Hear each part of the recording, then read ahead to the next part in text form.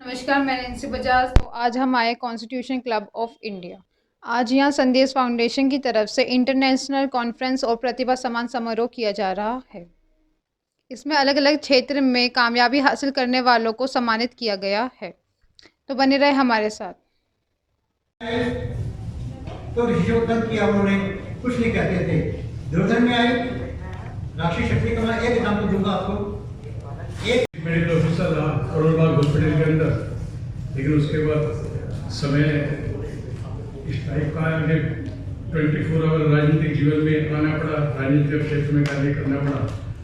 लेकिन वो भी ठीक था, ये भी ठीक है, राष्ट्र का कार्य करना चाहिए, समाज का कार्य करना चाहिए। धर्मेंद्र मिश्रा जी और डॉक्टर सच्चिदानंद जी जब भारत की पवित्र भूमि के अंदर कितना सारा कार्य वो है जो समाज को करना चाहिए। आज कुछ लोगों की इस तरह की भ्रांतियां पाल करके बैठे हैं, जनप्रतिनिधि देश को चलाएंगे, जबकि आप जैसे लोग इंटरनेशनल IAS, IPS, चिकित्सक और उद्योगपति, बिजनेसमैन, जिस दिन ये लोग अपने दायित्व का निर्वहन करना कम कर देंगे या अपने दायित्व का निर्वहन करना बंद कर देंगे, वो दिन सरकार और राष्ट्र सत्य में आ जाएगा। लेकिन कुछ मेरे मित्रों को तरह तरह की भ्रांतियां पूर्व काल में रही है भारत के अंदर, आगे में रहेंगी। इस तरह के लोग पहले भी पैदा हो, चिकित्सा, होम्योपैथी और यूनानी, ये सब चिकित्सा डाली है। एलोपैथी के अंदर मात्र एलोपैथी इंग्लिश दवाई को हेल्थ मिनिस्ट्री में रखा है, बाकी इसके अलावा सारी ही आज यूनिवर्सिटीज के अंदर, चाहे वो सिंघानी यूनिवर्सिटी है, चाहे ग्लोबल ओपन यूनिवर्सिटी है, क्योंकि इन सब चीजों का पता लगा सरकार के अंदर रही तो महत्वपूर्ण ऐसी जानकारी हुई जो पढ़ लेकर भी नहीं हुई थी। डिग्री देना, उपाधि देना, लेकिन रजिस्ट्रेशन उनको आज तक नहीं है। ना सिंघानी यूनिवर्सिटी में है, ना ग्लोबल ओपन यूनिवर्सिटी में है, दोनों यूजीसी के अंतर्गत है। भारत सरकार से हम लोग देते हैं, उनको पहले भी है, आज भी उनको देते हैं।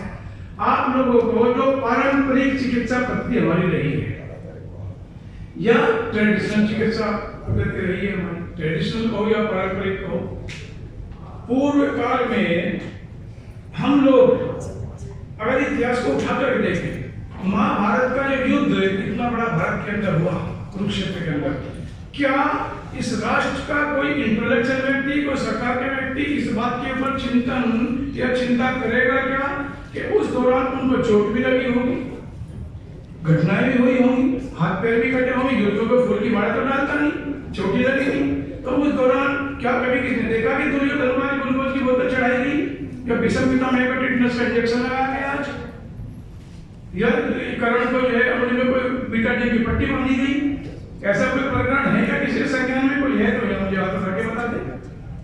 उस दौरान आखिर किससे ठीक हुए? उनके हाथ भी कटे हैं, चोट भी लगी है। वो कौन सी चिकित्सा थी जो लोग स्वस्थ रहे और जल्दी में ठीक हुए? उससे पूर्व में भी जाए, महाभारत का काल को बहुत ज्यादा पुराना नहीं है, उससे पहले त्रेता के अंदर लक्ष्मण जी को मूर्छा हुई, उस दौरान उनको कौन से हॉस्पिटल में भर्ती कराया गया या कहाँ ऑक्सीजन लगाया गया?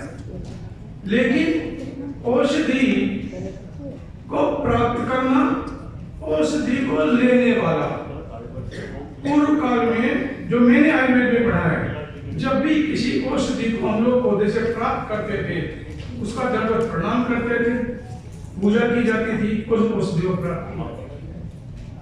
मैं भी जब करोड़ बाग हॉस्पिटल के अंदर था, गोदंती भस्म अपने हाथ से बनाते थे, लेकिन आज किसी भी चीज की गुणवत्ता में कमी आना उसकी उपलब्धि को पीछे धकेलते हैं। सिर्फ हम लोग अच्छे मंचों पे जाकर के, सरकार का हिस्सा रह करके, दुनिया भर के मूवमेंट को इकट्ठे करके या अवार्ड दे करके, क्या इससे राष्ट्र का भला हो जाए?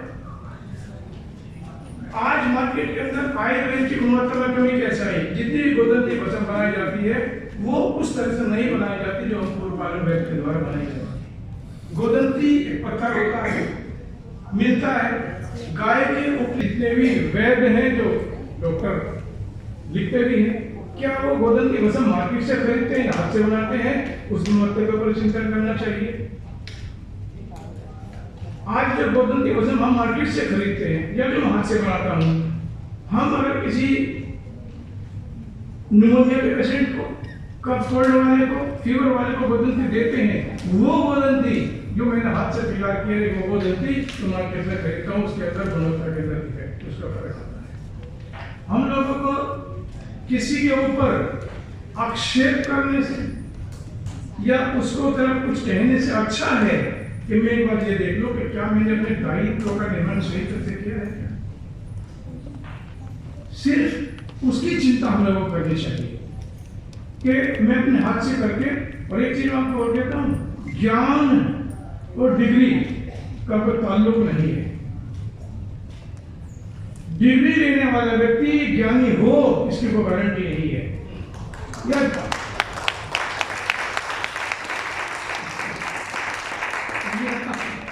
या जिसके पास डिग्री नहीं है उसके पास ज्ञान नहीं है, इसकी कोई गारंटी नहीं। इन चीजों को बड़े आराम से समझना पड़ेगा। आज भी गांव के अंदर ऐसे ऐसे लोग हैं और ऐसी मेडिसिन उसके पास हैं कि जो पेशेंट को इन लोगों से पहले जाकर के ठीक करते हैं। इन चीजों को कि मैंने बहुत अच्छा डिग्री ली, आज तो इस राष्ट्र के लोग, मेरी माताएं बहनें, अपने बच्चों को डिग्री इसलिए दिलाने लगे कि इसको बड़ा नौकर बनाएंगे। डिग्री का मतलब नौकरी हो गया, ज्ञान नहीं। 80%, 85%, 90%, 95%। क्या उसने मेरे माँ बाप के पैर छुए? क्या संस्कार है? बताइए। डिग्री उसने ले ली, कितनी घुड़दौड़ हुई कि मुझे 90% का बहुत चाहिए। फिर मैं आपको कहता हूं, संस्कार विहीन डिग्री राष्ट्र के अंदर भ्रष्टाचार का कारण बनेगी और बन भी रही है। आज जब आप कहते हैं कि सरकारी अधिकारी, जब सरकार हम लोग गवर्नमेंट तनख्वाह देती है, उसके बाद भी चलाएगी, आधा घंटा चलाएगी, 1 घंटा चलाएगी। क्या मैंने बेटे को कहा कि बेटा दोस्ती का अगर कोई खून आता है अपने बाप से झूठ बोल के दोस्ती मत निभाना? क्या मैंने समझाया? पाठशाला का सबसे पहला अध्याय मां के द्वारा शुरू होता है, घर से। आज जो लोग स्कूल के ऊपर अपने बच्चे को चाहते हैं मैं इसको अच्छा व्यक्ति बनाऊंगा, तो दिमाग से बहुत बड़ी गलत है, इसको निकाल कर।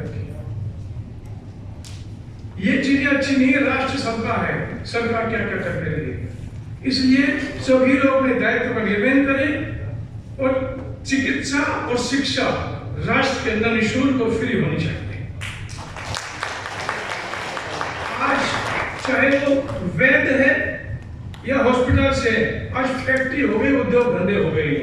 कई बार मैंने हॉस्पिटल्स के अंदर, बड़े बड़े हॉस्पिटल के अंदर, प्राइवेट के अंदर, मैं नाम नहीं लूंगा, ऐसे मैंने फोन किए कि पेशेंट की डेथ भी हो गई और उसके ऊपर 1,50,000 बकाया रहा। क्योंकि उन्होंने कहा 2 लाख रुपए खर्चा होगा। उन्होंने कहा सर 1 लाख जमा कर दूंगा, 50 कर जमा कर दूंगा, 10-20 बाद में दे दूंगा जब हो जाए। और वो मरीज मर गया, उसके 50,000 बच गए, 1.5 लाख जमा दे दिए। जब तक मैंने 50,000 नहीं दिए, डॉक्टर ने डेड बॉडी वापस नहीं की। ये तक की स्थिति हॉस्पिटल के अंदर है। क्या ऐसे भारत की कल्पना की थी हमने? क्या ऐसे चिकित्सक की कल्पना की थी कि तुम लोग इसकी फैक्ट्री बनाओगे भारत के अंदर? क्या इस तरह की? और ये जो बातें मैं कह रहा हूँ नहीं है, कोई सब जानते हैं। आपके भी बच्चे, भाई बहन हॉस्पिटल में भर्ती हुए, बीमार हुए होंगे। ये डॉक्टर कहता नहीं 5 लाख रुपए जमा करके जाना तो पर्ची बनेगी। आप गुजरे होंगे, रोज गुजरते, अब भी गुजरते, आगे भी गुजरेंगे। अगर आप रास्ता नहीं बनाएंगे आगे भी गुजरेंगे। ये शिक्षा का आप ले लो। दिल्ली के अंदर जो जिनको आप अच्छा स्कूल कहते हैं, अगर वहां जाकर के किसी का कहोगे इसका मुझे एडमिशन कराना है, तो वो कहेगा ये डोनेशन लगेगा 5 लाख रुपए, फिर उसकी फीस। इस राष्ट्र के अंदर कृष्ण सुदामा एक स्कूल में पढ़ते थे, अलग अलग नहीं। आज ये दुर्भाग्य भारत का है, कृष्ण अलग पढ़ता है, सुदामा अलग पढ़ाई करती है। गुरुकुल के अंदर किसी जाति का भेद नहीं होता था, किसके बड़े छोटे का भेद नहीं होता था। आज जो फैक्ट्री का रूप लिया है ना, शिक्षा और स्वास्थ्य ने, देश के लिए नासूर है, देश के लिए कलंक है। ये होना नहीं चाहिए।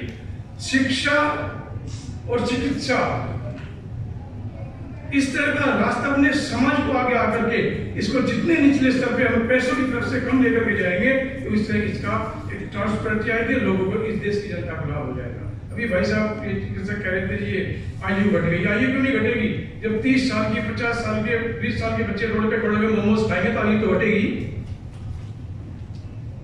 मोमोज बिकता है, खूब महिलाएं भी खाती है और शादी में मोमोज बनने लगे। तो इससे कैसे नहीं उम्र घटेगी? उम्र कोई प्रधानमंत्री थोड़ा घटा दी, ये हम लोगों ने घटा दी। हम तो आयुष मंत्रालय के तहत कोरोना काल के अंदर हमने काढ़ा बनाया, पूरी दुनिया के अंदर दिया, फ्री में दिया, कोई पैसा किसी से नहीं लिया, लेकिन मोमोज खाने के लिए हमने तो नहीं कहा किसी को। ऊपर से इससे भी ज्यादा हालत, मैं आपको किसी कोई माता बहन को प्रणाम करता हूँ, कोई अन्यथा मत लेना। एक मैं आपको सच्ची घटना बताता हूँ। पॉलिटिकल व्यक्ति हूँ, इधर उधर जाता रहता हूँ। कोई फंक्शन था, गए वहां पे, महिलाएं पुरुष मिलते हैं, फोटो खींचते हैं, आजकल का जमाना ऐसा है। वो उसका बेचारे का काम पड़ा, नंबर किसने लिया, मैंने दे दिया। अगले दिन मेरे ऑफिस में आ गई, मेरा इंडियन मेडिकल के बाद मेरा ऑफिस है पॉलिटिकल, तो काम रहा हुआ बेचारे का। अब मैं उनकी शक्ल बोल दिया, हिंदी की शक्ल में ध्यान नहीं दी, कह रही मैं फलानी हूँ, शादी में मिली थी, ये था वो था। अब उन्होंने मुझे और मेरे साथ फोटो खींचे, फोटो मुझे दिखाया, तो फोटो में मैं खड़ा था, लेकिन जो मेरे सामने बैठी थी वो लड़की फोटो में थी नहीं। मैं तो दूसरी है, कहने में यही हूँ कि वो दिन मैं रात को ब्यूटी पार्लर में जाके शादी में गई थी, राजा को बिना ब्यूटी पार्लर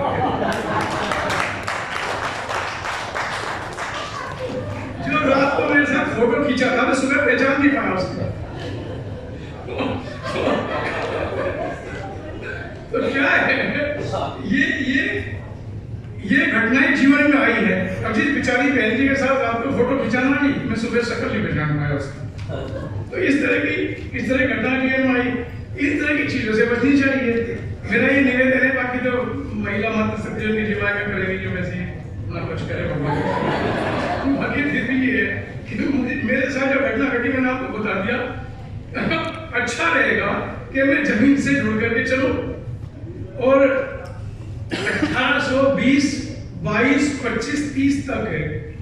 आज जो चिकित्सा है ना, जो आपको मार्कशीट दी जाती है, कक्षा की 1 की, 2 की, 3 की, 5 की, 8वीं की, 10वीं की, 12वीं की डिग्री मार्कशीट सब बच्चों को मिलती है ना। 18,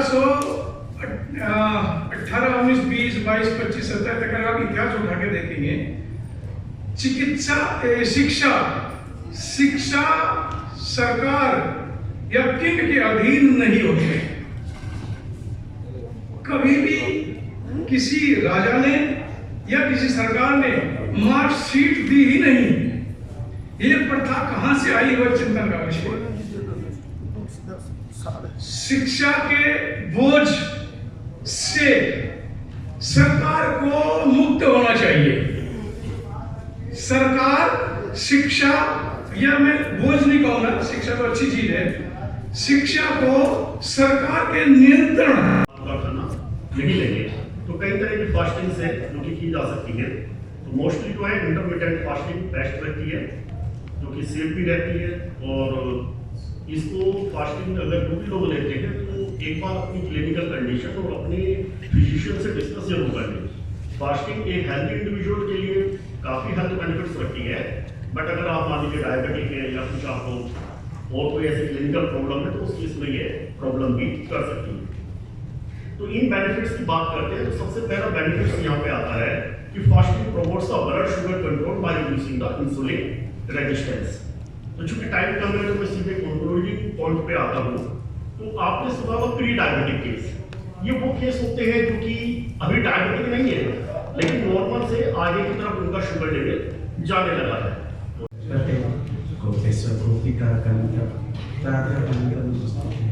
अज्ञानतिमिरान्धस्य ज्ञानाञ्जनशलाकया चक्षुरुन्मीलितं तस्मै श्रीगुरवे नमः। मंचासीन सब ज्ञानी गुणियों को मेरा प्रणाम। सामने जो बैठे हैं ज्ञानी गुणियों को आत्मपद में प्रणाम करता हूँ। अभी पिछले गणेश पूजा में हम हमारा योगा अनुष्ठान का 28 फाउंडेशन स्वर्ण दिवस पालन किया। तब मैंने वहां पर एक उद्घोष किया। मैंने कहा आज देश का सुरक्षा के लिए जो सैनिक सीमांत पर तैनात है, उनका काम है हमको सुरक्षा देना है। मगर सबसे बड़ी बात है, जब हम स्वाधीन हो गए, हम जब इंडिपेंडेंट हो गए, तब सिर्फ देश ही इंडिपेंडेंट हुआ, मन में कोई इंडिपेंडेंट नहीं हुआ है। आज सारे भ्रष्टाचार, सारे अनिति, सारे दुर्नीति जो चल रहा है, उसका एक ही कारण है कि मन का बैलेंस नहीं है। मनः प्रशमन उपायः योग इत्यादि। मन को शांत करना, योगा करना है। तो हम योगा नहीं करेंगे, मन को क्यों शांत करेंगे? इसलिए कहा गया मन एवं मनुष्याणां कारणं बंध मोक्ष। मनुष्य के मन उसका बंधन और मोक्ष का कारण है। तो हम ये उद्देश्य क्या है कि हम योगा को इतना बढ़ाएंगे, सब एक एक जन को, मन को शांत कर देंगे, तब ये भारतवर्ष में भ्रष्टाचार, दुर्नीति सब खत्म हो जाएगा। ये सुना सकते हैं हमें और हम सुनते रह जाएंगे और कहानी खत्म नहीं होगी। लेकिन ये इस तरह के जो कॉन्फ्रेंस होते हैं, उसका पर्पस यही होता है कि हमें एक ऐसा आइडिया मिले, ऐसा ऊर्जा प्राप्त हो कि हम आगे जाके इन चीज़ों को फील्ड में इम्प्लीमेंट करें। इसी दौरान हमारे समक्ष कुछ और विशेष अतिथि आए हैं, तो सबसे पहले मैं उनका नाम लूंगा और आप लोग जोरदार तालियों के साथ उनका स्वागत करें। डॉक्टर DK सिंह जी हैं, जोरदार तालियों के साथ doctor CK Singh, vice chairman bar council of India. आप मंच पे आ जाएं सर प्लीज। और ये एडवोकेट सुप्रीम कोर्ट भी हैं, तो जोरदार तालियों के साथ इनका स्वागत करें। हमारे बीच अमेरिका में रहते हैं, लेकिन अभी वो इंडिया आए हुए हैं। हमने उनसे गुजारिश की, सुषमा रानी झा और उनके पतिदेव साथ में हैं, कुमार अजय झा। तो आपसे गुजारिश है आप खड़े हो जाएं, जोरदार तालियों के साथ उनका भी स्वागत करें। हमारे बीच डॉक्टर अशोक आए हुए हैं। ये बहुत बड़े शिक्षाविद हैं, इनके बारे में जितना कहा जाए वो कम है। और मॉडर्न गुरुकुल की जो संकल्पना है, उसके ये रचनाकार हैं और बहुत बेहतरीन काम कर रहे हैं इस फील्ड में।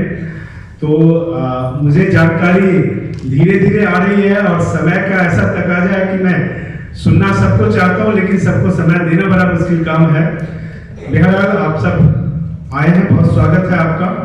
अब मैं डॉक्टर SK मलिक जी से गुजारिश करूंगा कि वो आए और दो शब्द, मैं समय के बारे में क्या कहूँ, लेकिन दो शब्द जो कहें और गुजारिश रहेगा कि जितने कम शब्दों में संबोधित करें।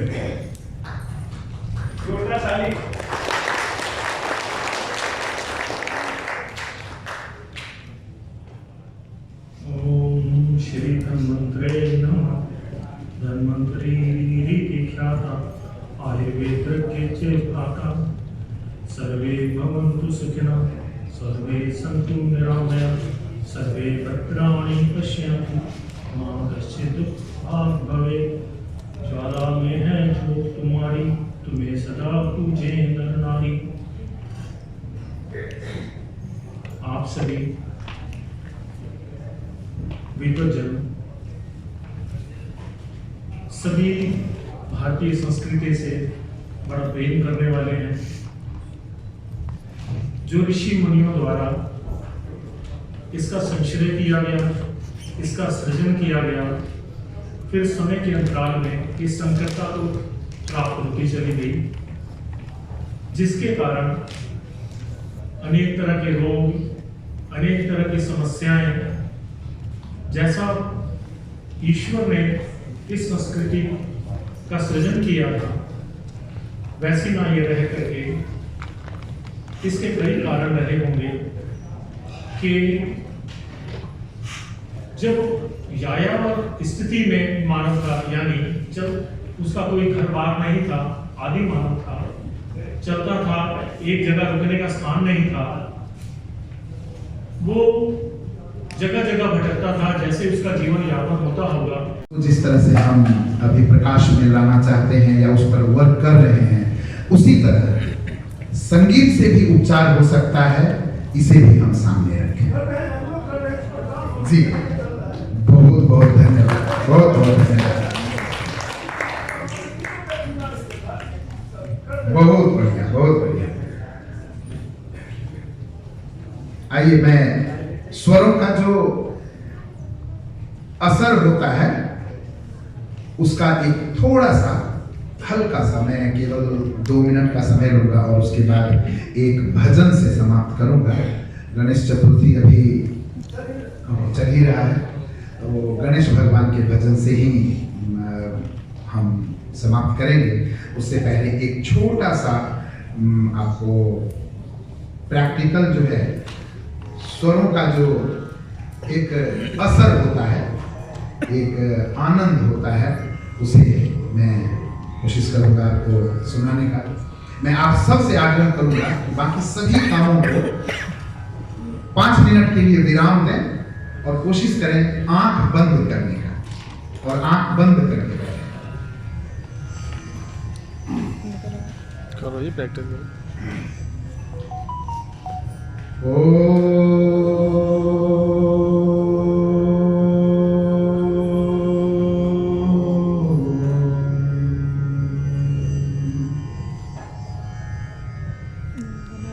गजाननं भूतगणादिसेवितं कपित्थजम्बूफल चारुभक्षणम्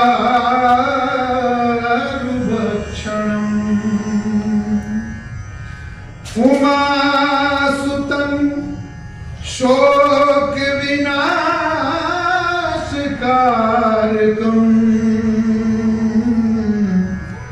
नमामि विघ्नेश्वर पादपङ्कजम्।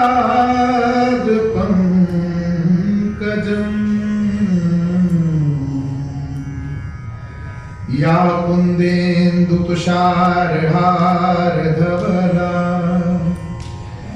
या शुभ्रवस्त्रावृता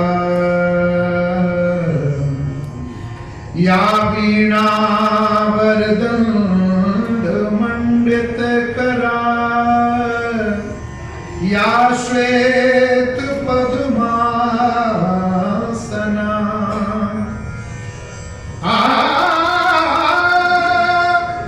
या ब्रह्माच्युतशङ्कर प्रभृतिभिर्देवैः सदा वन्दिता सा मां पातु सरस्वती भगवते निशेष जाड्यापहा।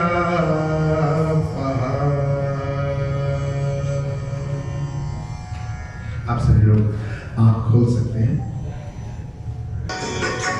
जय गणेश जय गणेश जय गणेश देवा।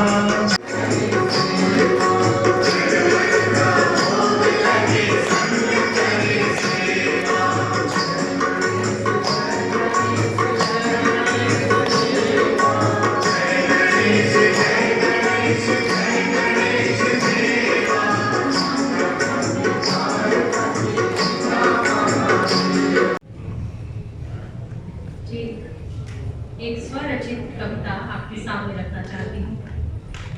इस कविता में आपको 2-3 चीज़ों का मिश्रण मिलेगा। पहला, कि जो कहावतें या मुहावरे पहले समय में जो बन गए थे और जो अर्थ हमें उसके बता दिए गए थे, हम उन्हीं को लेकर चलते रहते हैं। कभी कुछ नया करने की कोशिश करें तो एक कवि मन जो होता है वो थोड़ा खुराफाती मन होता है, तो वहाँ छेड़छाड़ करता है जहाँ हम लोग कहते हैं अरे चलने दो ना यार, कोई बात नहीं। और कहा भी गया है कि जहाँ ना पहुँचे रवि वहाँ पहुँचे कवि। तो अब इसके अंदर एक कहावत है जिसको मैंने अपने तरीके से देखा है, पहली चीज।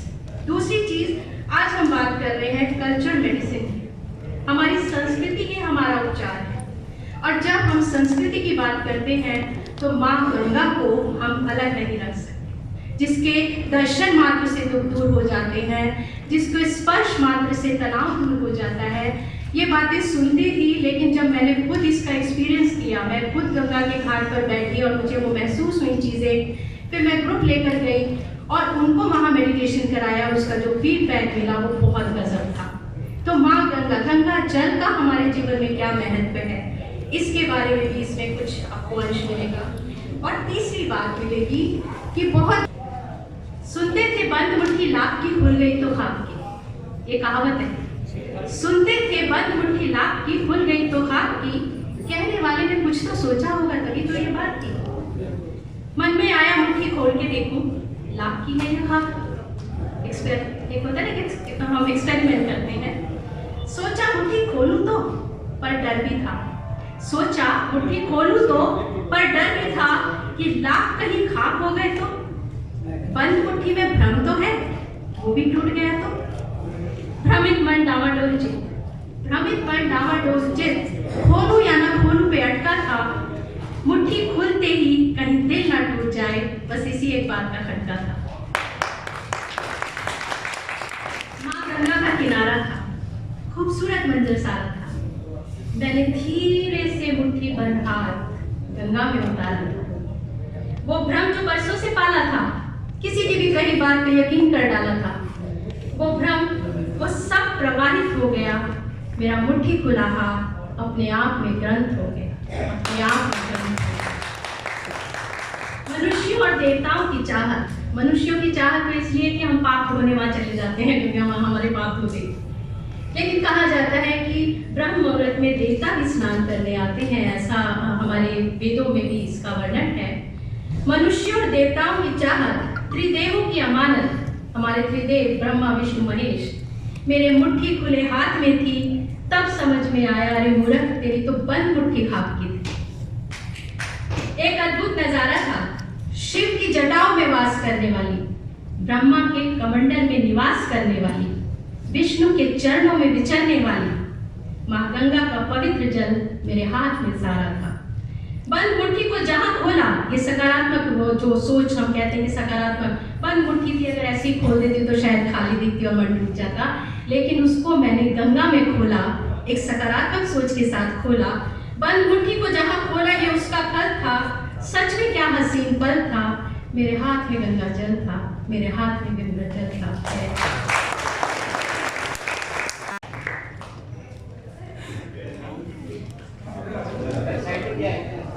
और ये इसका किट है, ये किट का मार्केट करते हैं। भारत माता की जय, भारत माता की जय, वंदे मातरम, वंदे मातरम।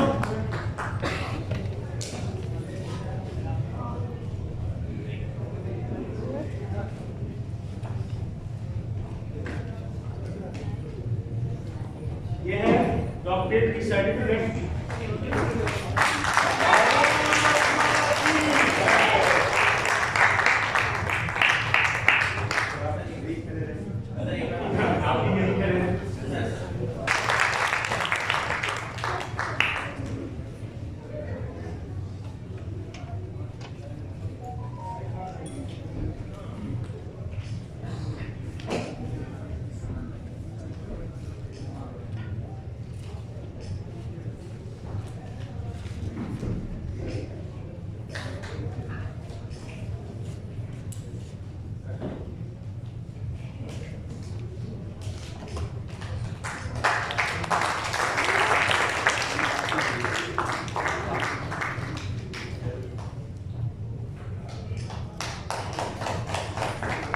संदेश फाउंडेशन के तत्वावधान में पहली बार ये अवार्ड शुरू किया गया है और उस अवार्ड का नाम है लाइफ टाइम अचीवमेंट अवार्ड।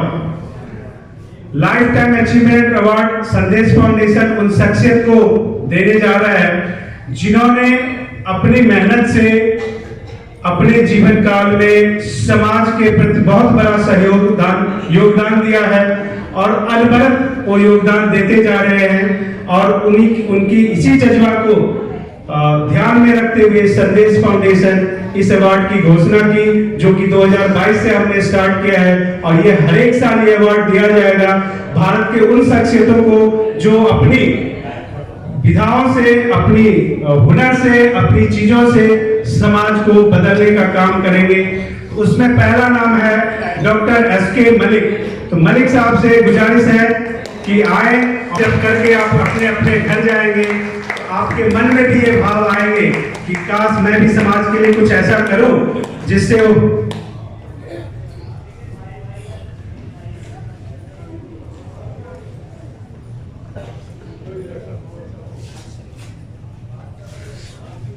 दूसरा नाम है आचार्य भगवान दास जी।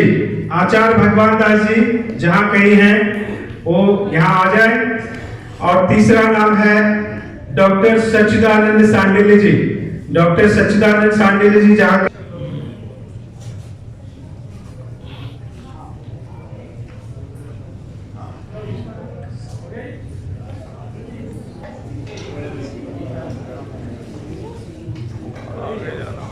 और उपाध्याय जी हैं। ये पल बड़ा ही अभिभूत करने वाला पल है। पीछे आओ।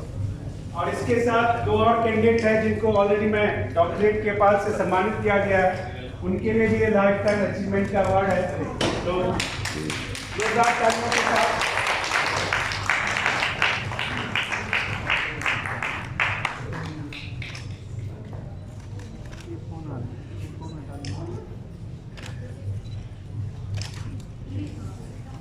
आप सबका बहुत बहुत धन्यवाद। आप सब और रिस्कुल योगपीठ से जुड़े हुए हैं, उनके बच्चों को फ्री ऑफ कॉस्ट ट्रेनिंग देते हैं, तो ये भी इसके पात्र हैं।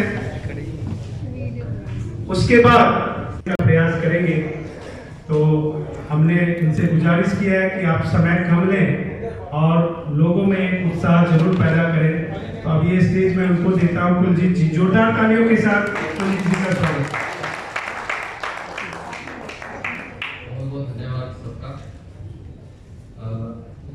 संदेश फाउंडेशन का और मेरे बड़े भाई डेविड एंड रणवीर हो गए भी जोरदार तालियों के साथ ही मैं एक बहुत ही खूबसूरत आवाज का मैं गाऊँ रूही मेरी को सिंगर है, तो उसकी आवाज़ सुनते हैं। उसके बाद फिर मैं 5 मिनट लूँगा गाने के।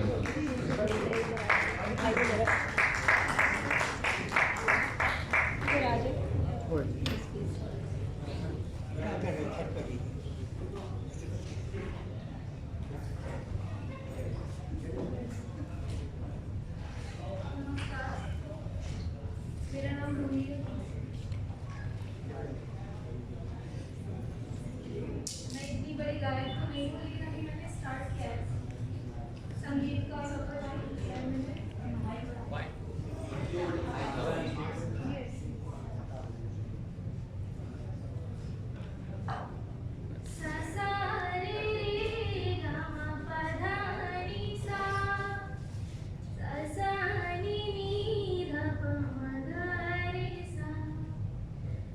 Sa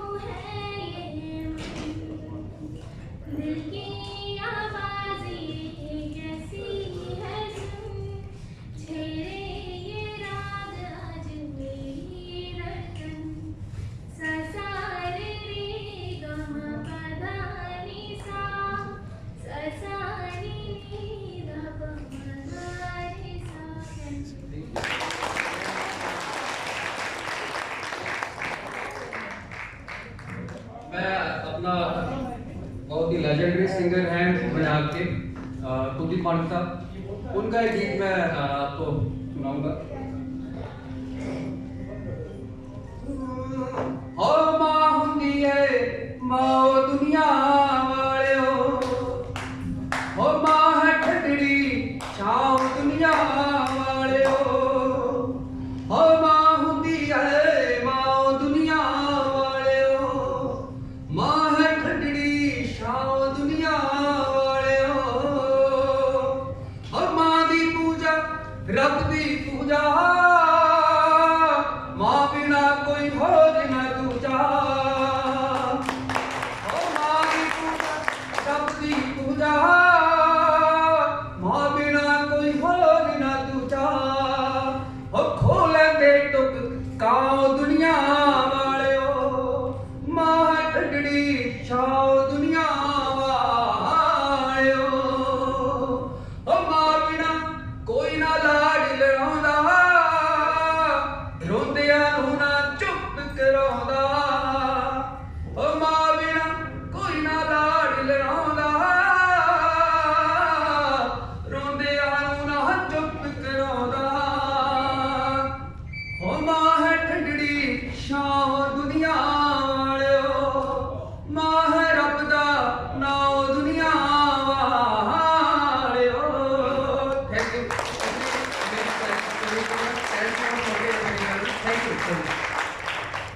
धन्यवाद सर आपका, बहुत बेहतरीन सॉन्ग था, मैडम ने भी बहुत बेहतरीन सॉन्ग गाया, आप दोनों का बहुत बहुत धन्यवाद।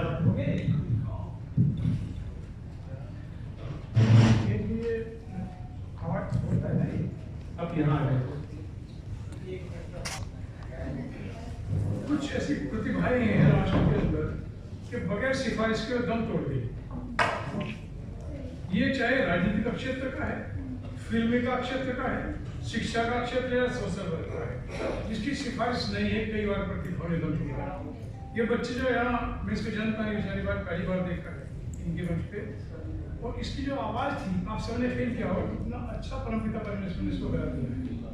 लेकिन क्या है, मुंबई की फिल्मों के अंदर जो गाने गाए जाते हैं, जो हीरो हीरोइनें हैं, उनसे कई ज्यादा खूबसूरत कई सारे प्रतिभाशाली लोग भारत में गांव में यहाँ शहरों में बसते हैं।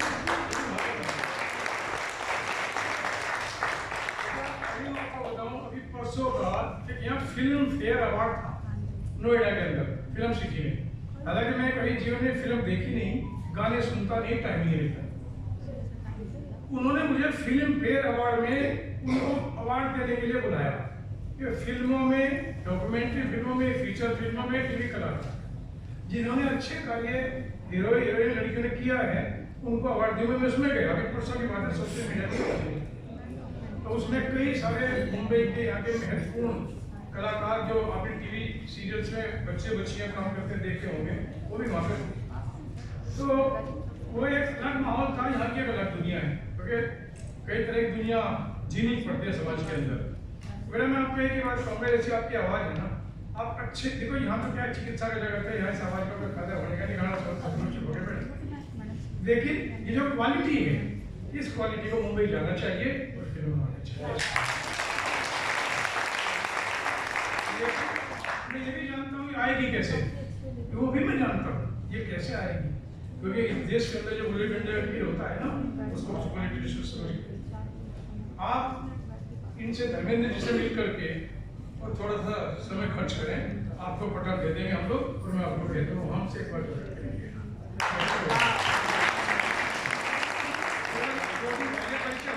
इतना बड़ा मंच में आपको परसों देता था, सबने इतना बड़ा मंच में आपको दे देता परसों, लेकिन क्या था कि वो परसों हाथ से निकल गया। इसको उन लोगों से मिला जो इस कार्य को करते हैं, बढ़ दिया। बहुत धन्यवाद सर। यही उद्देश्य और यही संदेश फाउंडेशन का है कि मिट्टी के खुशबू को इंटरनेशनल अंतर्राष्ट्रीय पटल पर कैसे लाया जाए, यही प्रयास है। और मिट्टी के सभी खुशबुओं से, इस मन से मैं ये कह रहा हूँ कि आप जहाँ भी हैं, आप हमें संपर्क करें। आपको अगर आपके अंदर हुनर है तो उसको अंतर्राष्ट्रीय मंच पे ले जाने की जिम्मेदारी संदेश फाउंडेशन की है, और हम करके दिखाएंगे। जो आप अपने अंदर हुनर पालें, बहुत अच्छी बात है। बहुत बहुत धन्यवाद। अभी और एक कैटेगरी का अवार्ड रह गया है, जो हमारे बहुत सारे लोग हैं जो बड़ा मेहनत करते हैं, बड़ा काम करते हैं, जमीन से उठकर आते हैं, तो उन सब के लिए मैं ये सम्मान का आयोजन करता हूँ। तो सबसे पहले दिनेश उपाध्याय जी से फिर मैं गुजारिश करूँगा कि मेहनत करने के लिए नीचे आ जाएं। बहुत ही बेहतरीन काम कर रहे हैं और अपने आप को उन्होंने हॉलिस्टिक हेल्थ के लिए समर्पित कर रखा है। नेक्स्ट नाम है रमन आर्या जी। रमन आर्या जी, इनके 35 साल लिखा जा सकता है। रमन आर्या जी। सचिन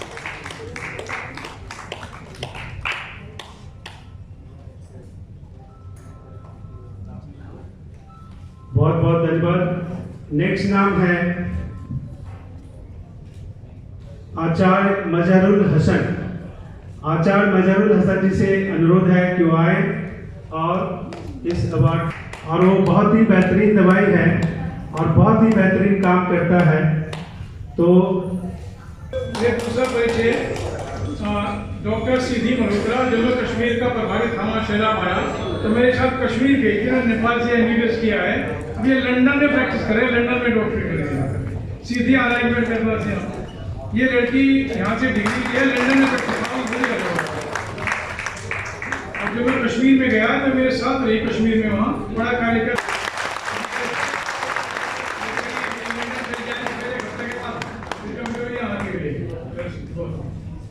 योगा के वाइस चेयरमैन हैं, हमारे बीच आए हैं, उन्होंने अपना समय दिया है, बहुमूल्य समय दिया है। मैं उनका तहे दिल से धन्यवाद प्रस्तुत करता हूँ। बहुत बहुत धन्यवाद सर। उपाध्याय सर आप आ जाइए जी। सुमन बालाजी, रवि प्रकाश जी,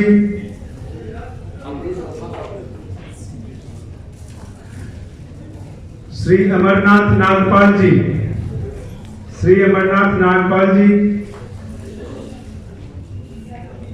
श्रीमती इंदिरा,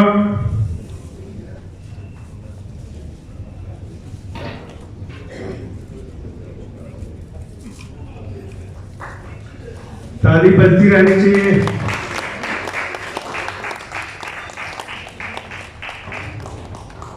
रणवीर सिंह रिंटू जी, रणवीर सिंह रिंटू जी, अनिल सिंह राजपूत,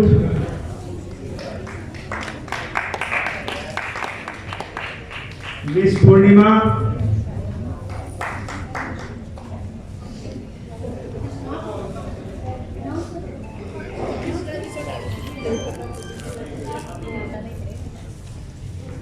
शंभू मस्तोला जी, श्याम रमेश बंसल जी, श्याम रमेश बंसल जी, कालिंदी पाल जी,